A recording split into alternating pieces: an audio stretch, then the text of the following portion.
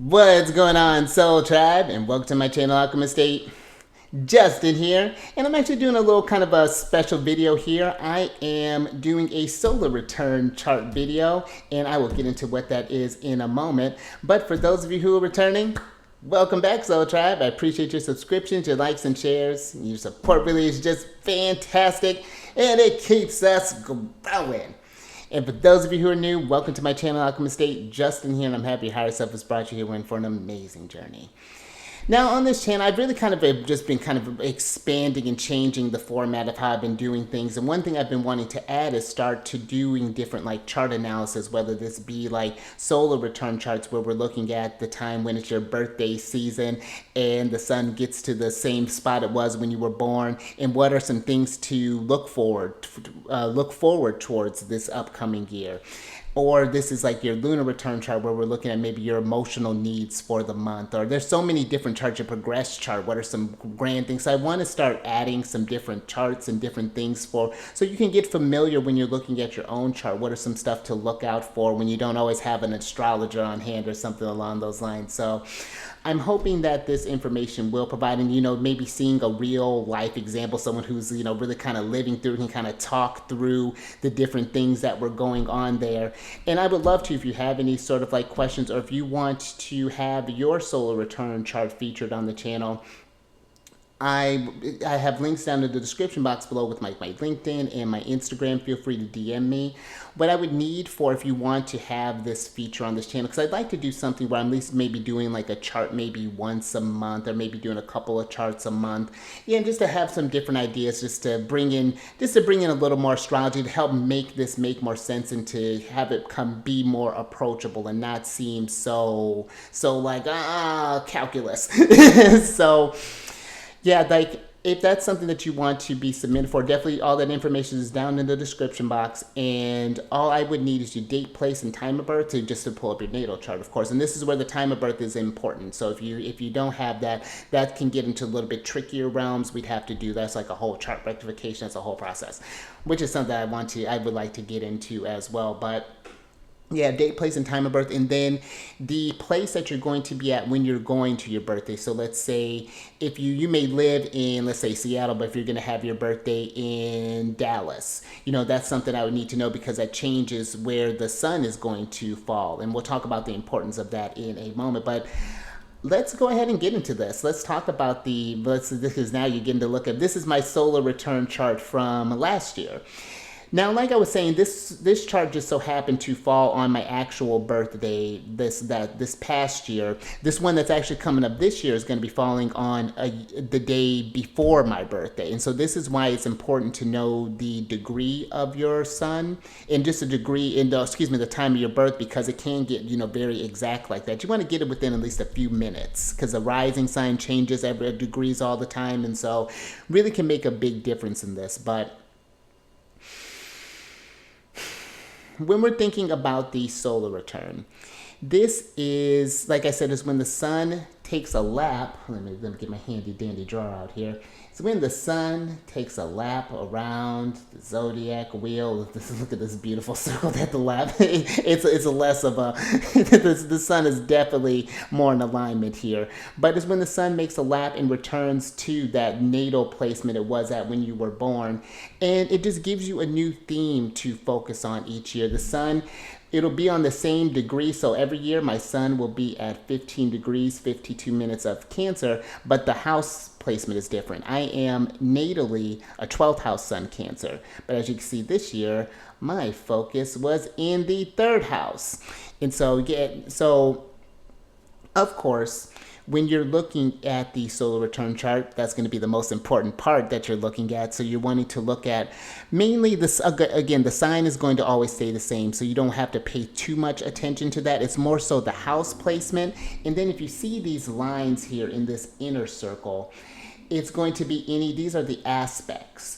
And these are going to be the conversations that the planets are having with one another. And this can be a great signifier of whether the energies are going to be more easy or flowing, whether there are opportunities here, maybe where there's some challenges or some things that we may have to integrate. So when I'm looking at, if I were to go over someone who happened to have this chart, seeing this third house sun. This would be, I would tell them this would probably going to be a very busy year for learning, and absolutely it was. I had came across a number of courses that I downloaded, and you see Mercury's in the same house here, and we'll talk about that in a moment. But I've been studying a number of courses. It's been non-stop reading, just information, just downloads after websites after. There was a point where starting off, I had I remember looking at my tabs on my phone once. I had like some 100 tabs open of just like little things that I wanted to make sure that I remember. It was just so much information, and it's usually external information, a lot of chatter. I found, and it's very fascinating. I'd love to. I have to look back to see where my solar return was at when I was in the first time I moved into Florida, because I remember the first time I moved, that was around the same time that I started to first really listen to podcasts. It was around, I think it was around the time where there was a whole talk with Trump that was going on. The nation was galvanized. I was looking into politics, and I was listening to a lot of information. And that's what it was very similar when I got back here, or when I moved back there that year. A lot of podcasts, I started to listening to that again. The music wasn't quite doing it for me. And so, I started listening to a lot of podcasts, started reading a lot of books, started watching a lot of YouTubes, just again, and investing in a lot of courses, talking with a lot of people, asking a lot of questions. It's just been a very busy type of year. It's been kind of hard, not necessarily to focus, but the mind has been doing a lot. So I've had to definitely make sure to take some time to ground all that information and to let myself kind of absorb all of that and try to make space to not just because my moon sign natally is in Gemini at 0 degrees, so it's voracious sometimes, and so I've had to make sure I've had to take that break so that I don't stress myself out too much. But that's where I was looking to grow. I was learning a lot more. My astrological knowledge has grown drastically, and just learning a lot about myself, even emotionally. You can still tie in the sign that Cancer, and Cancer deals with that emotional space. The things that I did learn did affect me emotionally, and how I go about even understanding my emotions more, how I initiate as a cardinal sign, it's even thinking about those type of things. But I've learned a lot about myself. I learned a lot about just a lot of things about how to communicate with others. Even that style has even changed, how I'm communicating my feelings, how I'm receiving other people's feelings, how people are receiving me as well. It's been a lot of paying attention to the nuances of discussion and conversation and all of those types of things. So that has definitely been an inherent thing. And I will say that this was a kind of a busy one that I really didn't touch. There was a lot that was going on that I didn't have a lot of time to touch on my solar return chart as I wanted for that first half of the year. It was more part of that second half that I really kind of got back into the flow of this, where things kind of felt really grounded. So, but as I'm talking about this here with my sun placement, get back to my handy dandy drawer here. There were no, I don't want to say luckily, the only aspect that I had going on with my sun would have been a sextile to the solar return ascendant here, which is at 16 degrees of Taurus. And sextiles are harmonious aspects. They create easy flow, they create opportunities. And it was a lot, and how I've incorporated that, it was a lot, or an opportunity for me to take all these things that I was learning and apply them into my personality, into who I am, and how I'm presenting myself with others. It has been a very interesting experience, especially being in that Taurus energy, because I'm used to, and actually I'll get into that next, but I'm used to being, I have how do I tell you, how do I stay on topic here? Let me stay with the sun sign, because as you see, my mind could get a wandering here. But it has been an opportunity to explore the energies of what I've learned and applied it to my personality, but how also my personality, or how I've explored, this Taurus rising energy, how that's incorporated into who I am. And, the main big things, when we're looking at a solar return chart, if you're just wanting to get just a quick overview, I always like to say, look at the sun sign, look at your moon sign, because that's going to indicate where changes are going to be happening. That's the emotional landscape. And then check your rising sign, because that's the aura or the energy, the personality that you're giving off. It's not like I've turned into a Taurus. But actually, I'll talk about the ascendant next in this, since I'm on this and there's a connection with my sun here. Because you can read the solar return chart very similar to how you would read a natal chart. You know, with the rising sign or the ascendant sign, this is, again, the energy that you're coming off, how you're coming across. And with Taurus, you know, this was a time for me to slow myself down a little bit. I noticed that I was doing a lot more. I was outside a lot more. Just really kind of getting in nature. I noticed my pace had slowed down just naturally, but then I made it a point to lean into that more, because I normally am a pretty fast walker, but I allowed myself to be more present, more grounded. This was a time of year with Taurus. It was a Taurus rising. That was a year for me to kind of look at areas where I'm not feeling secure. I had to get, you know, my financial security that was in order, even my relationship status that I was trying to that I was getting into order as well. There were some things with some friendships that were evolving. There were things in my more kind of romantic life that was evolving there. And one thing I like to look at, especially with all of the planets, of course, when I'm working with them, but especially the moon and the rising sign, I like to check out the Sabian symbols to see what they're at as well. And I wanted to kind of touch over that real kind of point, especially with the Taurus and the moon one, because this is like phase 17 of Taurus, which is a symbolic battle between swords and torches. And the takeaway from that, or the keynote, is refusing to depend upon the past. The seeker turns warrior, fighting anew the eternal great war. And this whole Sabian symbol deals with the polarization of values. And I had learned that, you know, the things that I value had changed, and the people around me, that their values are very different, from my work environment to my home environment it was a very fascinating place to observe from.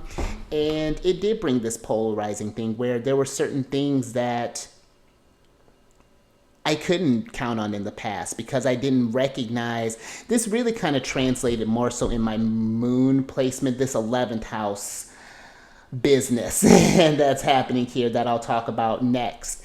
But that really, you know, my values, and that was a big thing that really kind of played into this year. And just, you know, getting to this place of where I felt just more secure. Like the previous year, I was just all over the place. There was zero sense of security. Like there was just kind of going on a hope and a prayer, just kind of going through the wind. Did a lot of moving during that time. It was just a whole lot that was going on. So this year was still a bit busy for me, but definitely a bit. I started noticing things slowing down a little bit with this Taurus rising, or at least making it a point to invite more things to slow down for myself and to find that sense of inner peace. So I feel that, and something too with the solar return chart that I like to mention with people, that once this year is done, like that energy doesn't disappear. These are things, you know, you take these tools and these lessons and carry them into the next year. And I got a lot of gold, got a lot of nuggets with this year. Now, I think that's all I wanted to talk about with my ascendant. Let me make sure there weren't any kind of aspects or anything that were going on there. Yeah, that's all. So now let's talk about the solar return moon. Now, the thing with the solar return to think about too, when we're talking about these planetary placements, the rising will usually be may vary. And there's a whole cycle to it. And again, like that's something I'm going to go into when I start creating this course. I'm so excited for that. But the rising sign, the moon sign, Mars will be one that changes. You know, these outer planets, you know, they move kind of slower, but the moon, you'll see a lot of change with. It won't necessarily be where your natal moon is every year. As you see, this one is in Pisces and mine is natally in Gemini. But like planets like Mercury, Mars, not Mercury, but like Mercury and Mercury, but Mercury and Venus, those two always stay within a certain relationship to the sun, so they're not going to drift too far out from this. There's only so many placements that Venus will be able to fall in for me, and even tighter for Mercury. Mercury will either be in Gemini, in Cancer, or in Leo for me, and Venus will either be in Virgo, Leo, Cancer, Gemini, or Taurus. So that's just something, a little fun little sidebar. But with the moon, when we're looking at the solar return moon placement, get back on track here. The moon. Now that deals with that usually signifies like changes and fluctuations that are happening. The moon, Uranus, and Pluto. Here, let me circle Uranus and Pluto. Uranus and Pluto are going to be ones that you're kind of looking for when it comes to like changes in your life.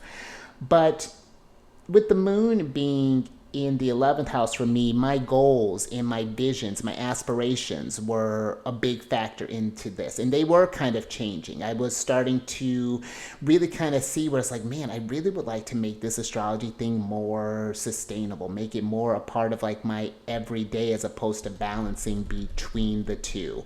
So that was a big kind of flow for me this year. Another one was there, the 11th house has to deal with friendships. And that kind of played like, I made some friends, I lost some friends. That kind of played into this also with this Saturn in this 11th house here. Because again, that as your dreams change, your goals change, your values change. And the same happens with other people as well. We all have these goals that we're meant to do. And there are times where we have these contracts together. And then there are times where these contracts end. And that's what the moon here has shown me, this, like finding that, sticking to my goals, of course, but it's a weird place for the moon to be in the 11th house because the 11th house is a bit more detached and the moon is more about and less emotional, where the moon is the exact opposite of that. And so there was a lot of wanting to keep these emotional ties, but also there's a realism that happened. That moon in Pisces, there's awareness that like certain things are going to have to, in order for this to happen, there's either going to have to be more compassion, more understanding, or this is just going to have, we're just going to have to call it what it is. But it wasn't all just like cutting out and things along those lines. There were some new friendships that come in, and even some ones that were even that kind of reemerged. I connected with a lot of people with that sun being in the 3rd house and communicating. I got back on social media a bit more, and I'm still getting familiar with that and getting into, and that's actually where my kind of focus is this coming year, kind of growth and networking and things. But yeah, I connected with a lot of old friends that I went to with in high school.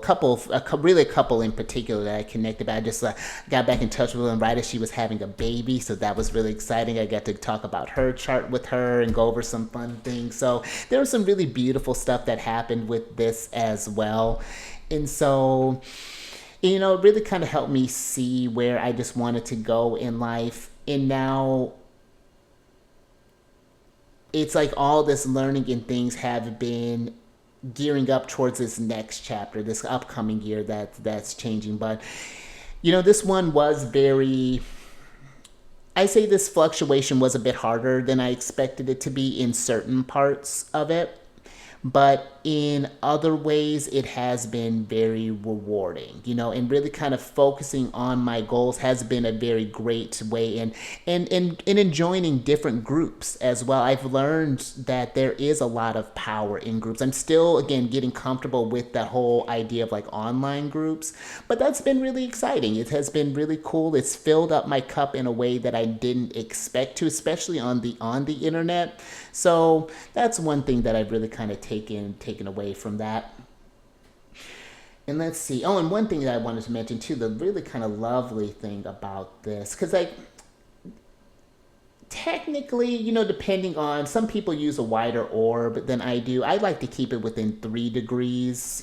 Sometimes if I'm feeling something, I may stretch it out. And this Neptune conjunction to the moon, I would say I would count this in my chart. I would tell someone to keep an eye on this because I will say I got a lot of intuitive sort of like insights, kind of downloads, you could say, like really with just a lot of this information that came through. It's like as I started to journey down this rabbit hole of where I wanted to go through and where I wanted to invest, it really did start opening up a lot. I've noticed too that that was a year where I started to have a lot of dreams, a lot of kind of I remember one dream in particular. My partner got when I got back with my partner and we were talking. I had a dream about a kind of a distressing one, and I remember talking with him about it, and he was like, "That's so weird because I was actually going through a really kind of dark time and like mentally." And so that's strange that you would bring that up because it was a very strange. But I had a lot of that. I had a lot of my dream space was very active. And I think that combination with this Jupiter here being in the 12th house played a lot into that. And even with this kind of, like Chiron, South Node kind of stuff that's happening, or excuse me, Chiron and North Node stuff that's happening here too. There's a lot of kind of expansion of I say kind of visions. I wouldn't say initially got visions of like what I would be, but just like it was a very interesting type of year. And I natally have Chiron in the 12th house. I'm constantly kind of healing this subconscious realm, and that's been one I've been kind of focusing on too. And the really neat thing I wanted to talk about the Sabian symbol with my moon is this one falls on the 20 or on the phase 353 of Pisces, and this is the materializing quote unquote medium giving a seance. And this is the keynote for this is the ability to give one's own vital energy to substantiate one's conscious ideals or unconscious desires. And so this was a really big one too for just like manifesting, as far as like what are you trying to realize, what were my desires, what are my dreams, what really kind of resonates with me, and how am I materializing that, what are some actions that I'm putting towards that.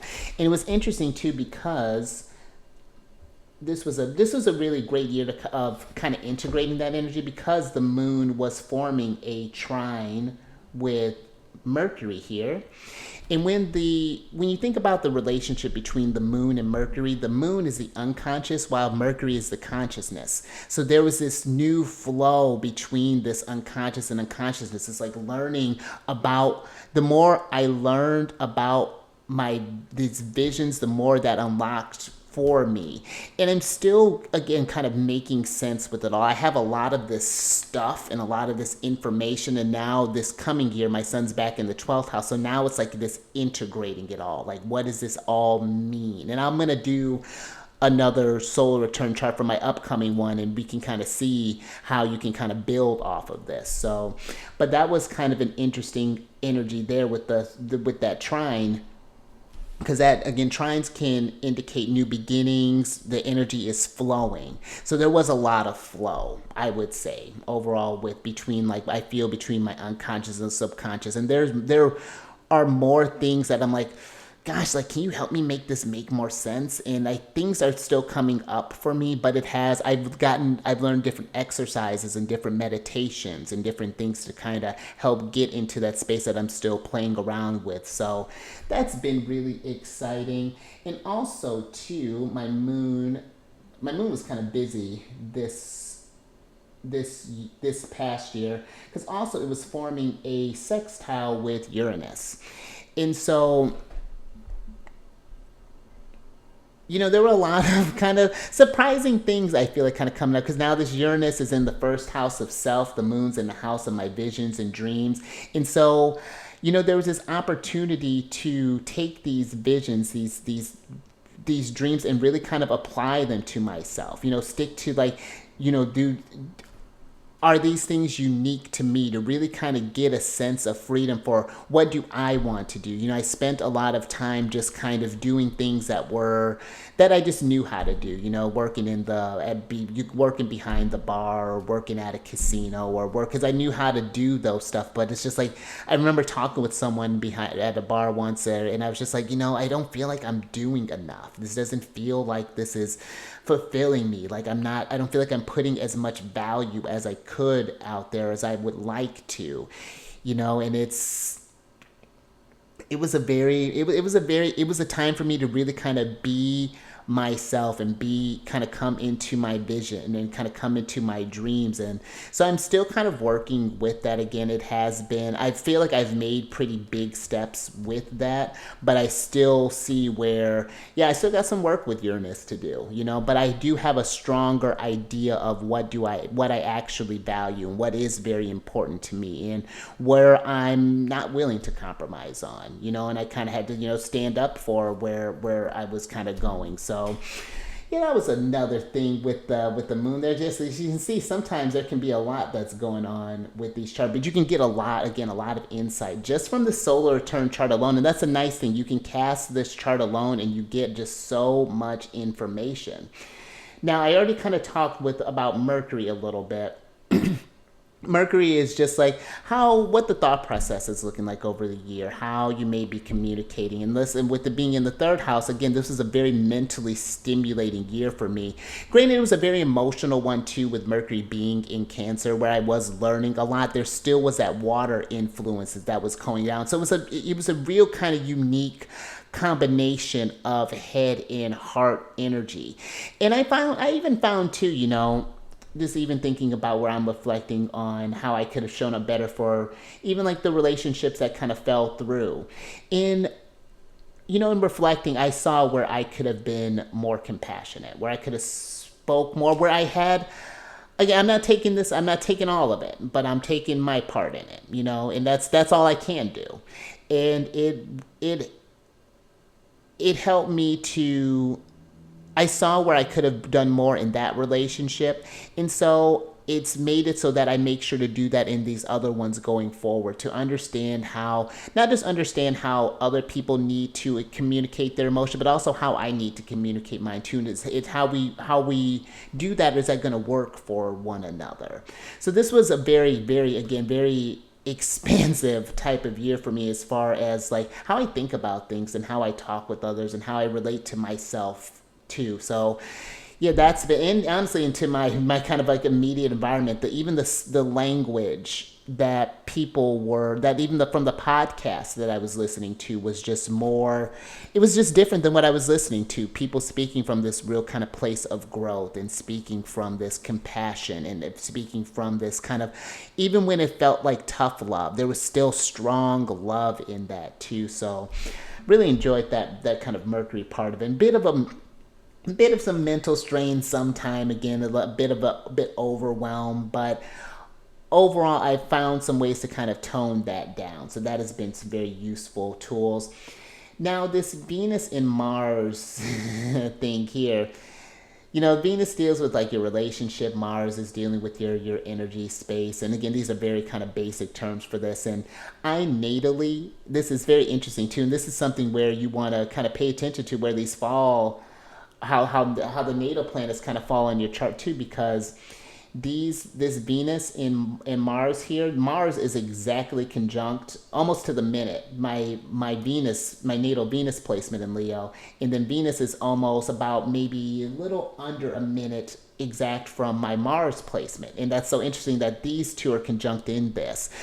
There was a lot of emotions. It's in the fourth house. There was a lot of stuff that happened with that Mars energy. There were a lot of strong emotions. That Venus retrograde, that was something else. I learned a lot about Venus, showed me that I am the one. 5 stacks of Leo, bet you're the one. And that has been, I've learned how to, I've almost feel like that this was like it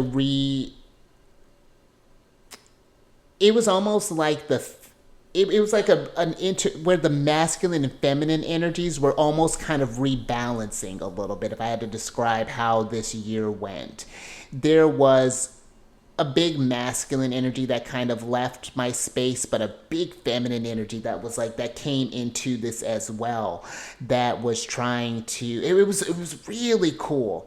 But this, you know, Venus in the fourth house too can be a time where it was just like a lot of healing.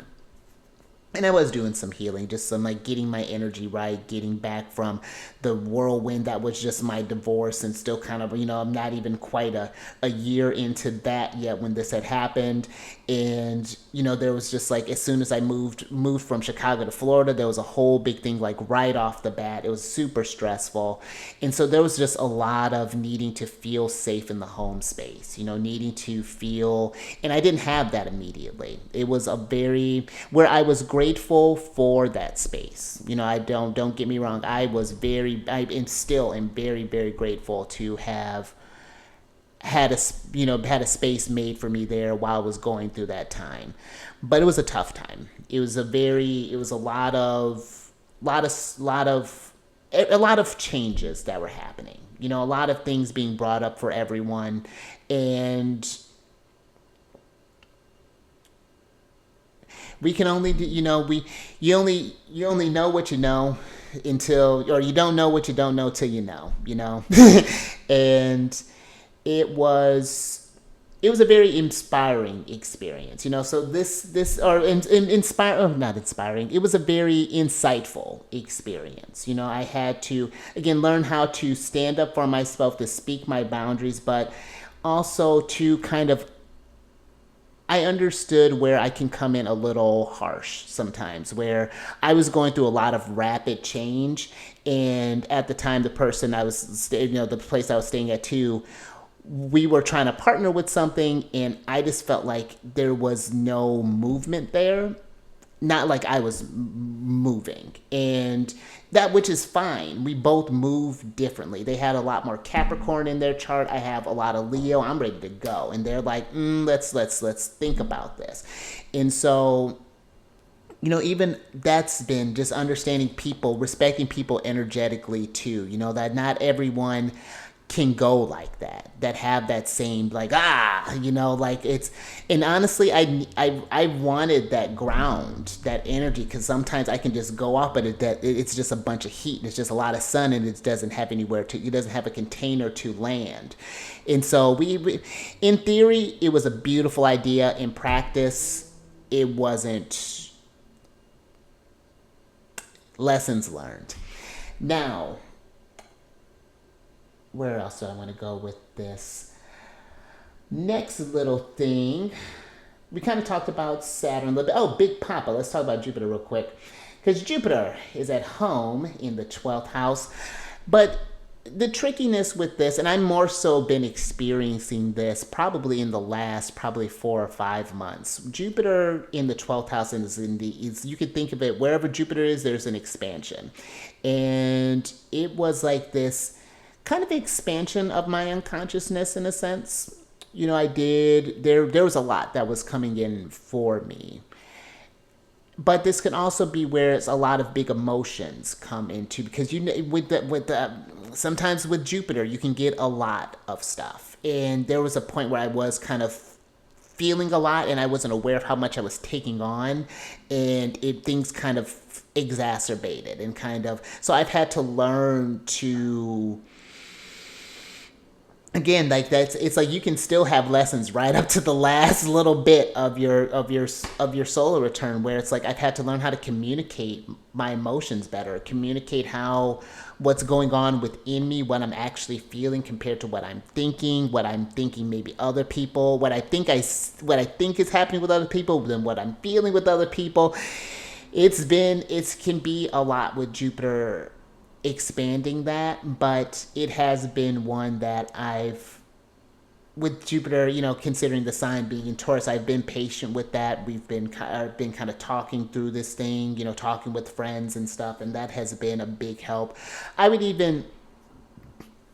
Astrology has been kind of my therapist, but I would even say if someone was going through something like this would be a time to kind of especially with Venus being in the 4th house, maybe if you had a tough year the prior to, just anything. This was a time where I was beautifying my space too, to kind of accommodate for these unconscious expansions. I was bringing in more just kind of sound stuff, really kind of making more peace, trying to bring in more of me to the space that I was in at the time. I had a bunch of crystals, different Ralph's hanging out here, different oh, just different things to try to make it more comfortable to accommodate this expansive energy. So, and then last energy, and this is an important point too.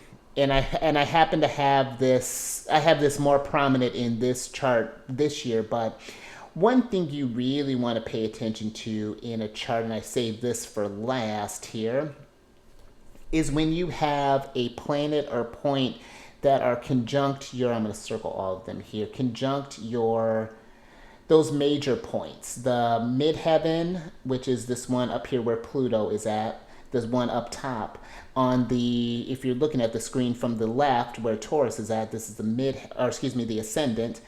The the IC or the nadir, the lowest point of the chart, and then the descendant. If you have any planets, especially outer planets like this Pluto here, those are really highlighted points because those are major arteries in the chart. The ascendant has to deal with self, the IC is the home, the descendant is the relationship, and the 10th house is like your career or your public, how you come off to the public, your destiny. And so with me having this Pluto here in that 9th house, really close to that cusp, that 10th house cusp. This was a year where if I had to describe how I was taking in the knowledge, I would say there was a borderline obsession to it. The 9th house can deal with higher education, usually could deal with some sort of learning, formal education, or, courses, things along those lines. But I was just like obsessed with learning all types of stuff, different types of knowledge. I fell in love with there's a few astrologers in particular that I'm just like absolutely in love with. And they're just dropping this like, this esoteric knowledge that is just like, but this has been with Pluto, that brings about change, but that's also like power struggles as well. There's been a huge thing in, how would I put this? I would say in, as far as like who I want to be, where I'm trying to go, there are certain things that I've grown and how I've grown and what I've been learning that I'm trying not to go back to, that I really am, there's a certain chapter of me, how I want people to see me is changing. That was the midheaven again, is how the public can see you, how like people who don't know you see you. And, I was just like really kind of tired of just kind of being seen as the bartender or maybe the casino worker, whatever oddball job I could just because I could just get into anything, but I wanted to really kind of have, not necessarily be seen from a place of power, but feel powerful in what I'm doing, feel more confident in saying what I'm doing, as opposed to this, like, no, I'm an astrologer. And it's just like, oh man, that's cool. And that has been, the response has been very different, but it's been something that I've had to really kind of get comfortable with saying, which is surprisingly, like it's something that I'm, become very passionate with, but I also don't want to forget too where I'm the musician as well. And, just like what parts of me am I trying to really wanting to bring back to the surface, and where I really kind of want to grow and see more of. So yeah, that one, I think that one was probably was a really big challenge. And actually I have this year now, instead of Pluto, I have Saturn there. It's like almost like, again, like within a degree or two of my midheaven. And so yeah, looking forward to that stuff. And I'm looking forward to because again, the when I look at this, I get almost chills. Hold on, let me actually switch back over. But, when I look at all this stuff that has transpired over this year, I sometimes get chills to see like, wow. And it just shows like when you have that intention, it gives you free will. It's just like, think of it as like a script. Each year you're getting like, okay, like right, this year your natal Mercury is going to be doing, or your Mercury is going to be doing this, Saturn's going to be doing this, we're going to be in this background. It's just like, there's some things where I'm like, okay, yeah, that's going to be easy. Yeah, I can do that. I can do that. There are other things I'm like, that Pluto though. And that's how you can look at this solar return. It gives you room to play around in. It's not like oh, you are just going to be learning, No, I learned, but it was so more nuanced than that. And the solar return can provide that nuance, and you can see where, like, yeah, I have been thinking about this, and then how they all kind of tie things. It all ties together. It's all cycles and things, and so this was kind of a bit of a longer one. I figured since it was like the first time that I was talking about this, I was kind of figure I'd just go into it. But there's so much more nuance to this, and I'll definitely get into this. Maybe you'll start seeing the themes as we start talking about stuff. But I will be making a course. I'm not sure when it's going to be coming out yet. I'm getting the rubric kind of set up for these things right now, and yeah, hopefully the intentions for that to be a course where you can come back and check year to year. I've been just with all the information that I've been learning, I'm just like, I have this vault, and it's just like I've had, I think about all the questions that I've had from the things that I've been watching. So it's like I want to create something that hopefully will help bridge that gap more, answer some of those questions that you may have when you're not, again, don't have an astrologer readily available, or, your Google search doesn't turn out enough, or the app description isn't enough. So, but I hope you enjoyed this, and yeah, I'll be maybe releasing another one here probably within maybe the next week or so, and it will probably be either again my solar return chart coming up for this year, or I'm actually talking with some clients, and I'm actually talking with some friends too about, as far as like, hey, give me your chart, I'm gonna throw this up there. You cool with that? So yes, stay. Oh, actually, I know a Leo actually that I may actually talk with about that. I'd love to see what's going on in his chart. So stay tuned for that for Leo season. But yeah, hopefully you enjoyed this, and I'll have more for you in the future. But until then, stay mindful out there. Keep raising the vibration. Seize the day and the night. Work with these energies, get in your flow. And if you're curious about wanting to book a reading with me, all that information is down in the description box below. We can book a consultation with me. It's a free consultation. We can discuss what are you wanting to work towards, whether this is career, maybe this is spiritual, maybe this is relationship, maybe this is home. Where do you want to work? What's coming? We go over the charts, see where the focus is at. And if you're wanting to help kind of maybe have some big decisions that are getting ready to be made, and you're looking for a little bit of guidance, we can work with all of that stuff. So feel free to DM me on LinkedIn or on Instagram, and hopefully work with you soon and be of service. But I will catch you on the next one. Later.